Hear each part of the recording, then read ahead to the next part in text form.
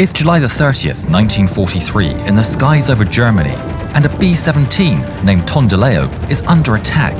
In the back is tail gunner Michael L. Aruth. Mike, as he is known to the crew, is ready as the German Bf-109s and FW-190s come in, sometimes 4 at a time. Mike fires away at the massive German fighters, as do the rest of the formation, as today there are 186 flying fortresses and 123 P-47 Thunderbolts taking part in a raid upon German factories. The Germans must think our tail gunners are stupid. They're coming in again and again, firing, turning bottoms up and flipping away. There is silence, but then they're back. It's relentless. Mike sees most of the action. The formation approaches Remagen when they're attacked again.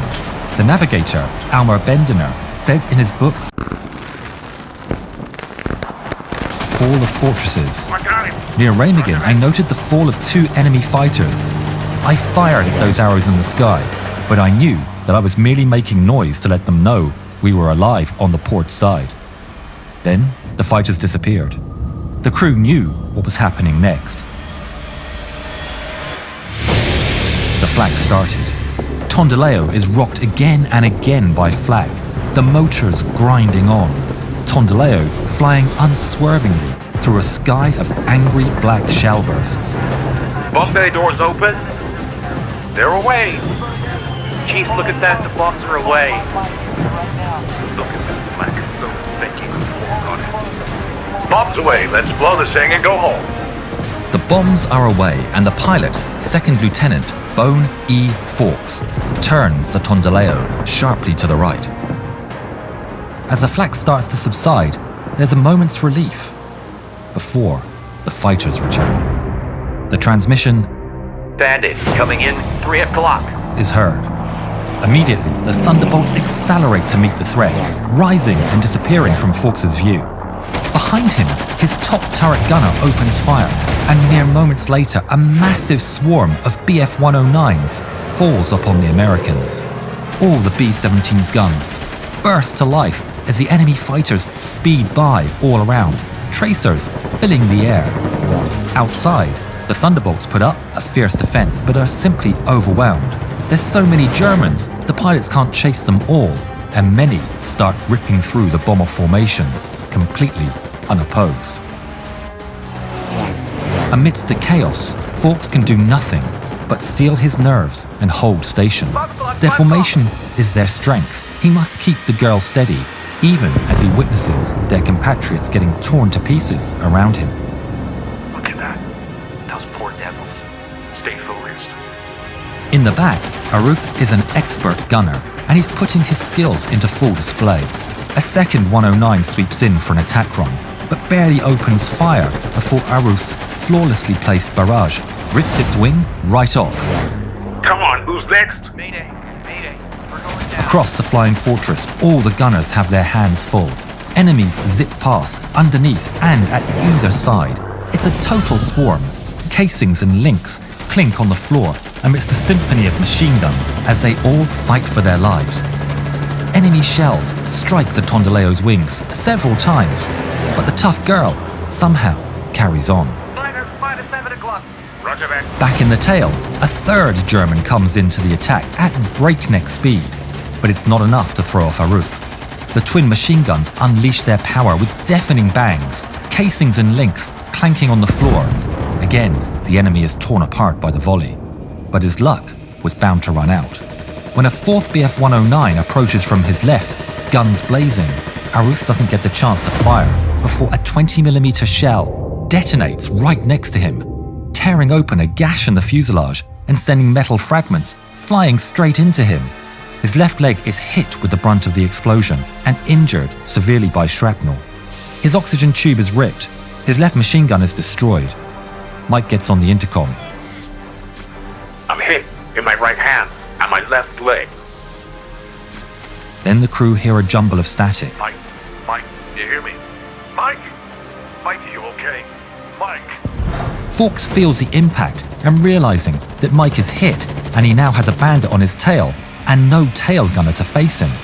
Against all bomber pilot wisdom, he pushes on the stick, plunging the flying fortress into a small dive in a desperate evasive action.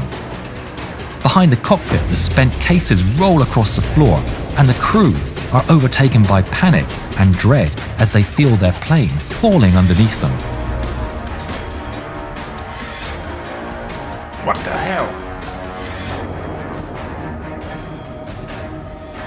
According to Bendiner, the navigator, Bone was climbing, diving, and making corkscrew patterns in a crazy choreography designed to unsettle the fighters who are pressing in from all sides. He said, "When I tried to stand, my feet slipped from underneath me.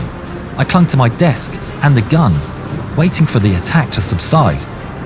Holes start to appear in the formation as more and more planes go down. Oh my gosh, look at that, they're going down. When at last Mike came on again, his words were jumbled, and he sounded as if he were calling from a painfully long distance. They bailed. Do you hear me? Mike. But at least the crew knew he was alive. The attack continues, but strangely, there's no waste guns. A call goes out across the intercom. Bombardier to waste gunners. Bombardier to waste gunners. Come in. Come in. Stop me. Harry, come in. God damn it, come in. Do you read me? Juke, come in. Bombardier to radio. Juke, come in. The Tondeleo's motors whine on. Mike's voice came across the intercom, vague and blurred with an odd calm. They're gone. What does he mean they're gone? What the hell is he talking about? Bone is furious. He gives control to the co-pilot and makes his way through the plane. The radio operator is gone. Getting as far as the waste guns, he's shocked to find them abandoned. There, they find the radio operator. Bendiner said he was sitting on the floor, one leg dangling beyond the open hatch. Bob and I pulled him across the floor past the waste ports, where the wind howled as in an Arctic blizzard, where one could see the silvery wings of our enemies curvetting and spitting sparks. The floor of the fuselage was torn in spots, the metal peeled back, multicolored cables were in shreds. We sat Duke up in the radio room and looked to see whether he was bleeding. He was untouched, but his eyes were dreamy and he wore a smile of absurd serenity. There was no oxygen in the rear of the plane. Back in the tail, Aru's left leg is shattered, bleeding profusely, and unmovable. He defies the pain, and with the freezing cold wind rushing through the hole in the fuselage, he tries desperately to reach his emergency oxygen supply. But he's way too injured and can't get to it. He gives up on the oxygen and returns to his machine gun, despite hypoxia and blood loss quickly setting in. He fires indiscriminately to a multitude of targets hounding them, determined to protect the B-17 to the bitter end. The fighting is constant, and Aruth's last functional 50 cal jams. A BF-109 starts to set up its attack run. Aruth's mind is struggling for oxygen, but despite everything impairing his mind, he identifies the problem in an instant. The BF-109 brings the Tondileo into its sights. Aruth opens the receiver and clears the jammed canvas belt, refitting it. The BF-109 starts to open fire. Aruth gets back on the gun and raises it in an instant, just in time to meet the BF-109 with a storm of lead, reducing it to a ball of flame. The fight drags on, but no other 109s attempt an attack run on the Tondileo. Eventually, the battered enemy turns away, and the skies finally fall to calm. The remaining crew are deeply shaken and not understanding how they're still alive.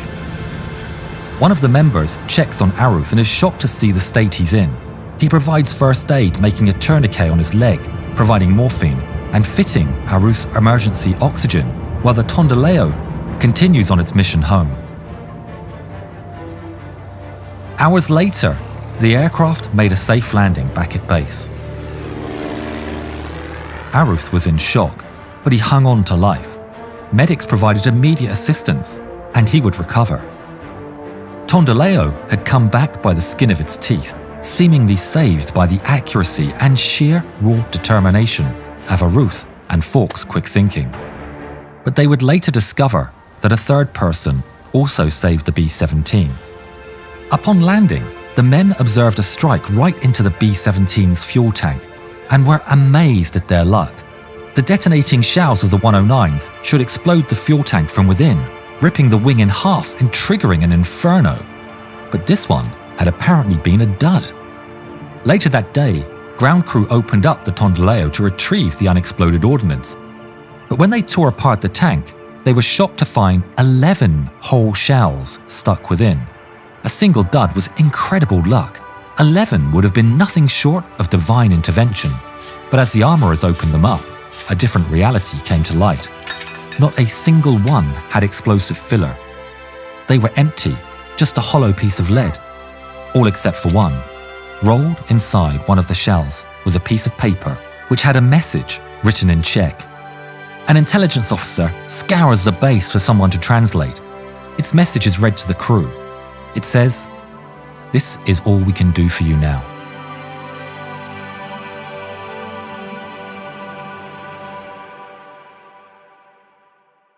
It had been sabotaged by an unknown and brave soul, imprisoned and forced into weapons manufacturing by the German army. He or she would never know it, but their actions directly allowed 10 men to return home. The entirety of Tondileo's crew would survive the war, even those who bailed over Germany. They were captured and remained in camps until their eventual liberation. Aruth was hailed as a hero by the other men. He ended the war with 17 confirmed victories and a dozen probables. He lived a long life and passed away in 1990. Today, a plaque in his memory lies on the Springfield, Massachusetts City Hall.